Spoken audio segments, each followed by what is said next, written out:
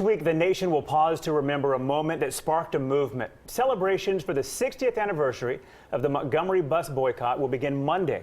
Joining us now with more on how the Rosa Parks Museum in Montgomery will mark this historic occasion is Museum Director Dr. Felicia Bell. Thanks for joining us this morning. Thank you for having me. And we're going to talk about how you guys are planning to remember this important part of our history. Before we get to that, remind people of what exactly went down, what happened to lead to the Montgomery bus boycott in the first place.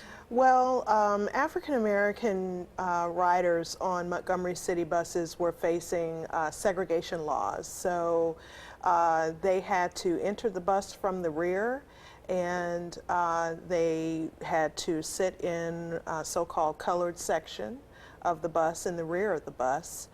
And if seats were taken and whites needed to sit down, they had to give up their seat in order to accommodate white passengers on city buses. And so this had gotten to a point where several African American women were harassed by bus drivers and passengers and faced very ugly taunts and as they got on buses. And these women were, some of them were domestic workers, some of them were women who worked at universities such as Alabama State University and other universities and jobs, and they were just going to work and unfortunately faced this kind of harassment on a regular basis, including Mrs. Parks.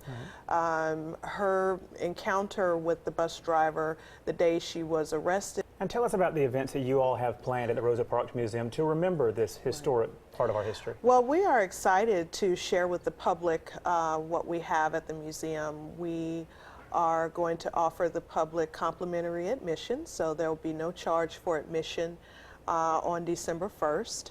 And we also have a very interesting exhibit. And this exhibit is focused on the media and how the media portrayed the boycott and what editors chose to tell the public about the boycott. And so we're looking at the Birmingham World, which was an African-American newspaper, the Montgomery Advertiser, a mainstream newspaper, and a states' rights newspaper. States' Rights Advocate was a very conservative newspaper. So we're looking at media coverage from 3 different perspectives. And I want to pick up with this, and my vision going forward with the museum is to focus on the 21st century civil rights movement and connecting those dots from 1955 to today, and how people are kind of taking social justice issues into their own hands. Thank you so much, Dr. Bell. We appreciate you joining us this morning. Thank you. The Rosa Parks Museum, located in Montgomery on Montgomery Street.